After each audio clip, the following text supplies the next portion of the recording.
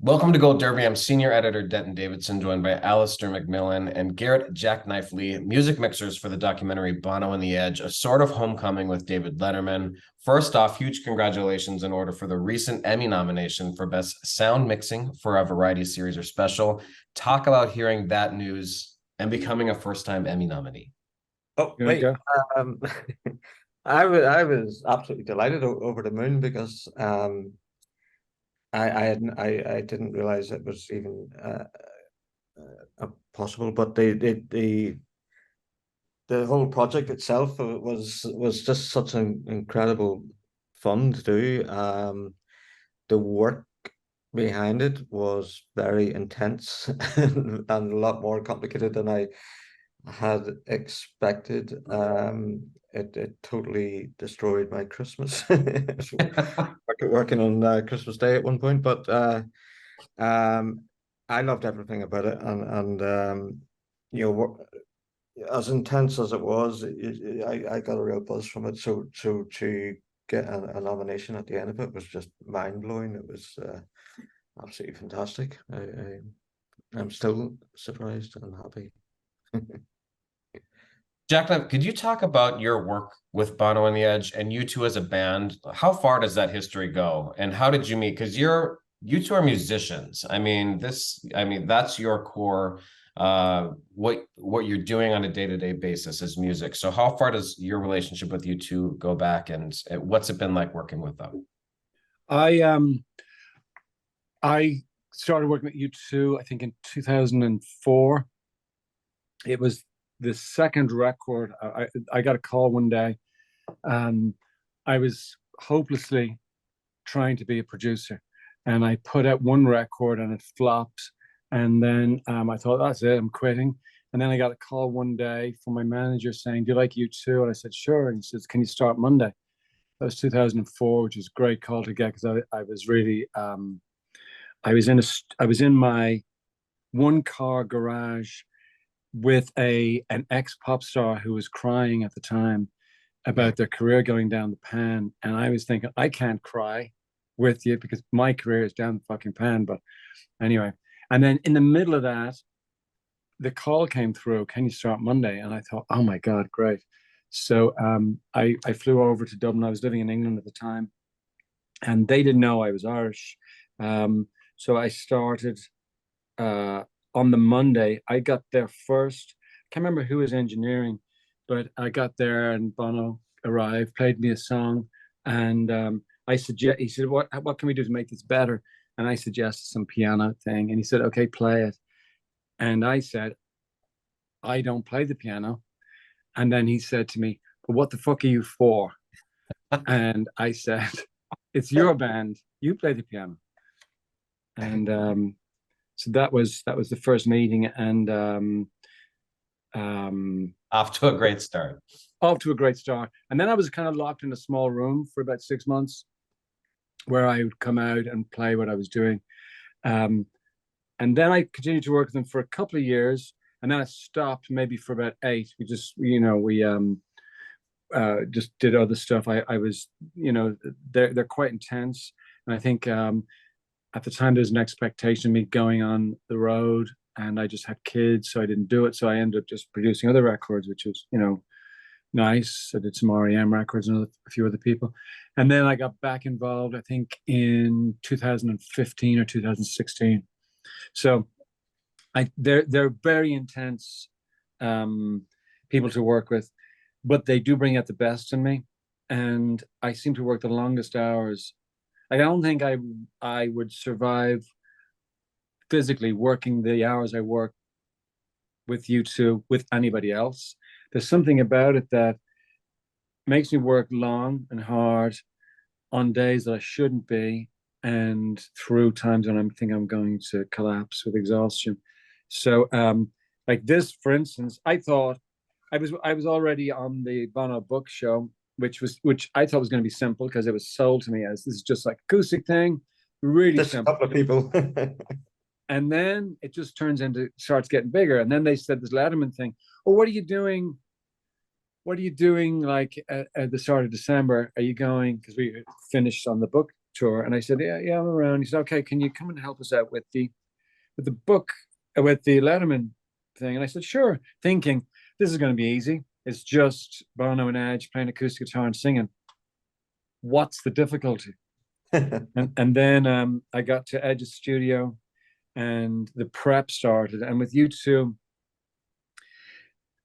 they're fucking chaos. I mean, they really are chaos. You do so much preparation for every eventuality that things might happen. So you've got, like, technically we're all covered. We've got all these arrangements done. And then I guess I became the musical director. So I remember on the day, there was a great error. Something happened during the shoot. And they said, what do you think? And I said, I think you could do it again because of this thing. I said, no, we don't want to do it again. So again, what the fuck are you for? I'm there to tell you to do it again, but you don't want to do it again. So all the preparation, I guess, helped. So they're like, it's like working with trapeze artists. You just practice and practice and practice and practice and practice, and then they'll go off script, and then you just gotta leap with them, you know. But I think it's the mental preparation and physical preparation that you do to get ready for the event. And it's always an event with them. So not, you know, this or anything else, there will always be drama. So it's just getting the team really primed for the chaos that will ensue.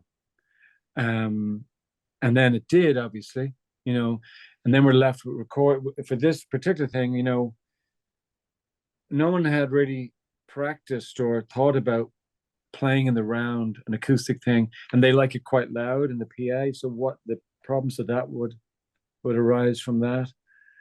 And then same with Alastair. Christmas Day, my wife was away with her sister, so I was cooking dinner for my kids, and then running back in here, mixing, going back into the kitchen to make sure nothing was burning. So it just hijacked December, January, and I think maybe we stopped in February. So it was kind of intense, but it's exhilarating.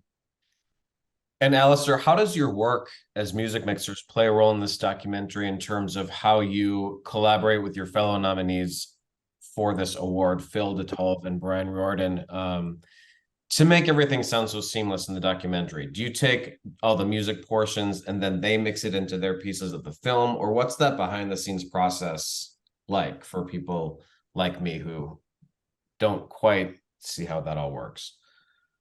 Well, there's two distinct parts to the whole thing. There was the music performance of the concert itself, and then there were the scenes in the bar and the pub scene. All of which had their own. The important thing, I'm sure Jacknife will agree with me, is they are about a performance.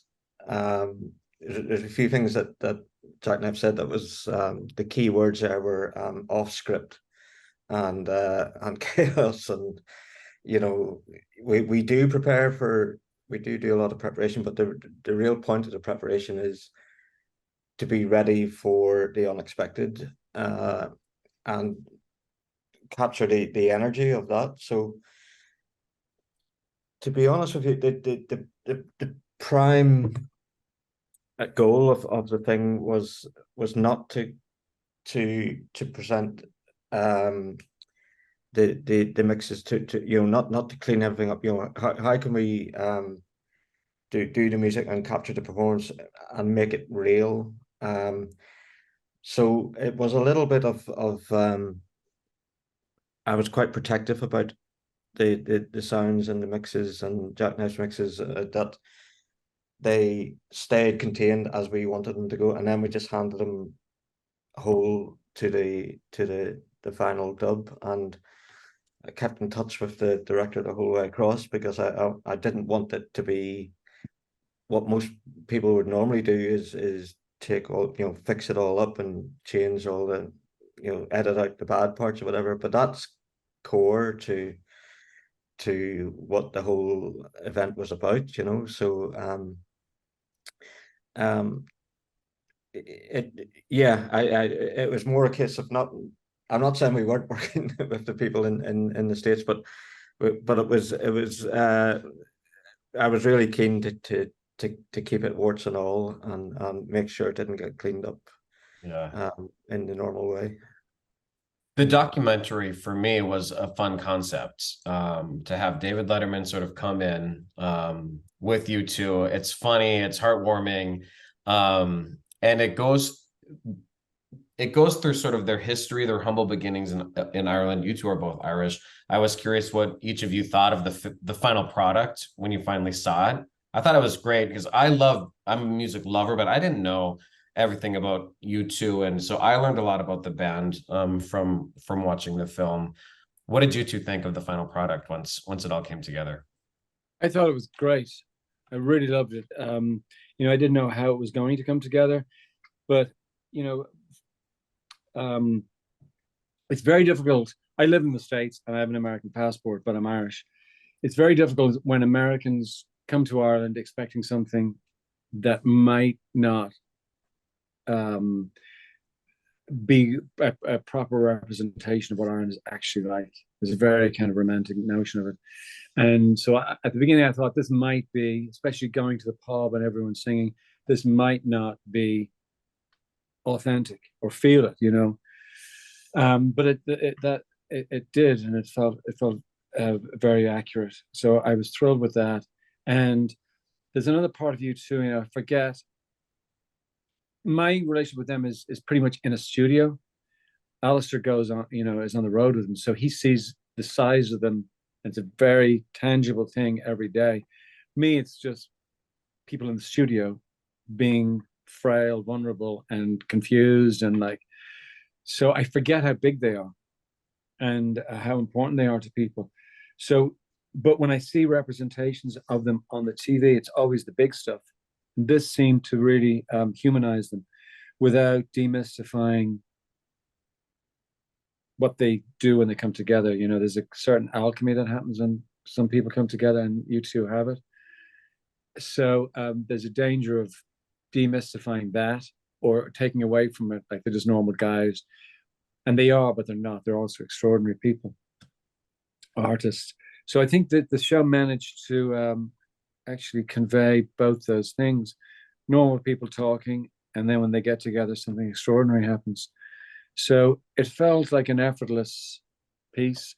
And I think Letterman seemed genuinely disarmed by Ireland. And, he's usually quite, not snarky, but he has a kind of aloof sarcasm. And that isn't very, very much, Irish people are sarcastic, so that, but you can't really put on pretenses when you're there. And he seemed to just lose a lot of showbiz. He's still funny, incredibly funny, dry and all that, but he seemed genuinely thrilled to be there. And you could feel the warmth from it. So as a show, I thought it was great. As an Irish person, I loved it. And as a fan of you too, I thought it really exposed or revealed something that most people don't get to see. So it's kind of a great balance. That it looked great. When you do these things, you're in the room and it looks kind of cool.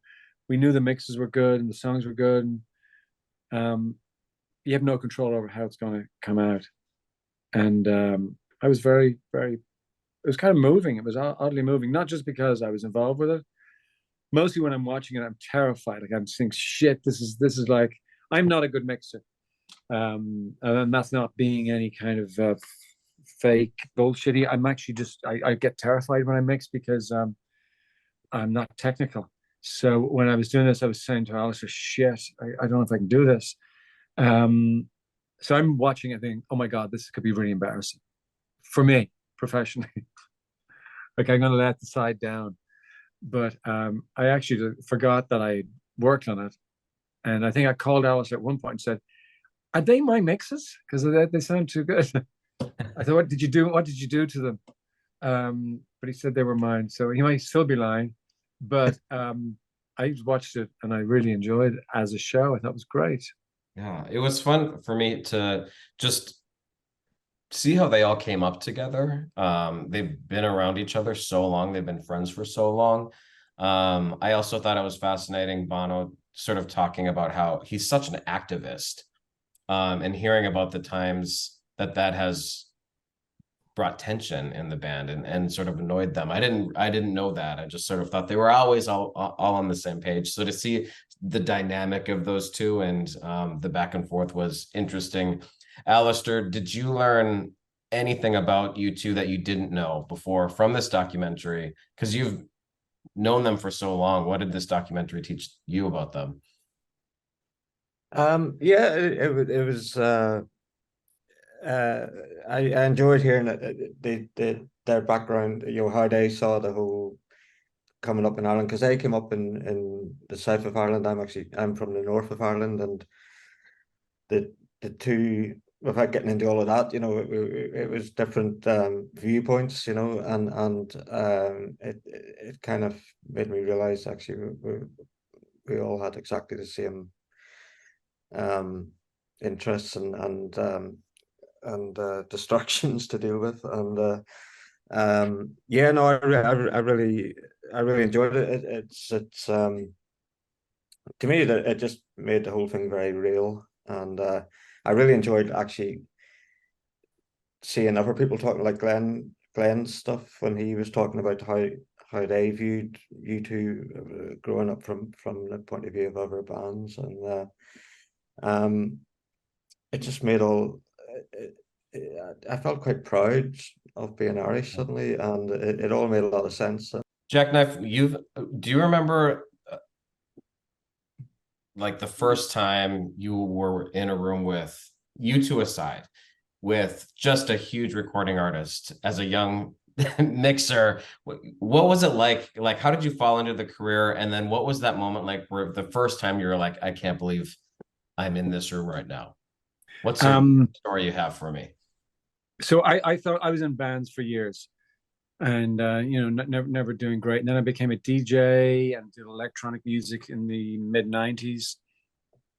And then I ended up doing some um, early mashups, bootlegs they were called at the time.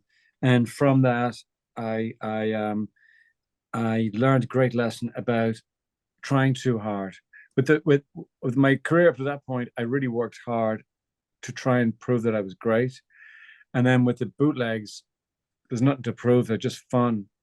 And the difference in result was palpable. I had started having hits without, nothing that I wasn't caring. I just didn't try as hard, and I just trusted myself, and that's how I got the job with you too. If they heard a couple of those, so the bands I'd worked with up to that point weren't very big. So the first band I worked with that were big were U2, and um, then you know REM, and there's been a lot of people like Neil Diamond and all that. The Cars were a big shock to me. So when the four of you two are sitting in a room together and you're being asked for your opinion on something, and they're paying it to, you know, not just to go, oh my God, it's so great, you guys are amazing, because it is amazing when they play. There's something special that happens. You got to actually be helpful. So I think the first time I worked with them, I'm not sure how helpful I was. I think I was useful in giving them sonic possibilities in terms of how to get into things like lyrics and things like that. I don't think I got over the fact that they're U2 and they're huge, and what can I offer?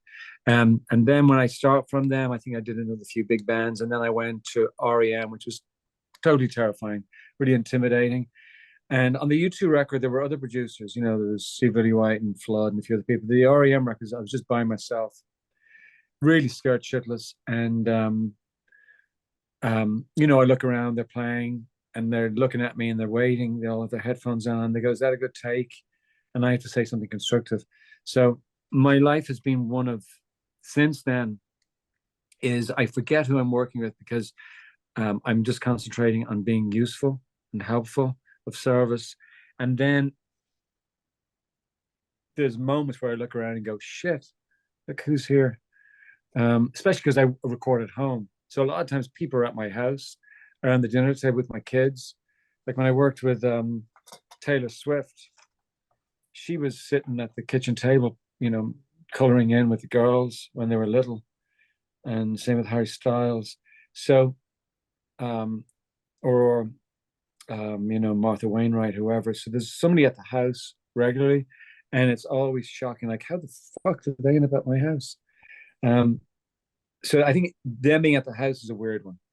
Always, that's always weird because that's a clash of two worlds. It's not like going to work, and you know, you're working with people that are, you know, if I'm in a studio like Electric Ladyland and Jay-Z is sitting at the back, you know, things okay, that's because I'm in work, and that's the job I have. But when they're at your house, very weird.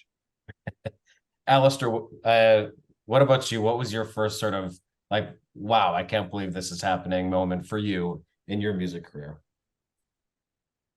With you too.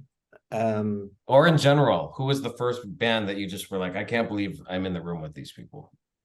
It was probably well, it was definitely my first big session was the Stones, Rolling Stones with on That's not a bad start. So let's talk about that. What was that like to meet them?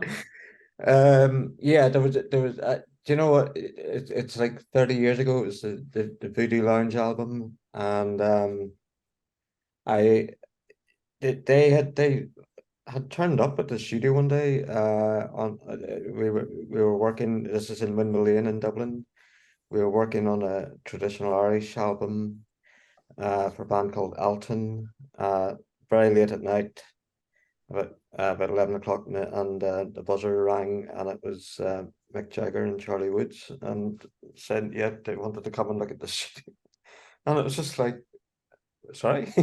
And they came in, and they'd been scouting places, and so long story, you know, we knew they wanted to book. I'd heard the rumors they were going to book in a couple of months later, so I went quite out of my way to get on that session. I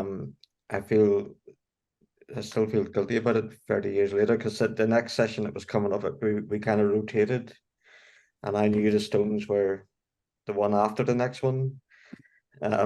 So I phoned in sick on the first day of the I've forgotten her name. It'll come back to me in a second. The artist that came in so that I could get the Stones album, and but it all worked out fantastically well.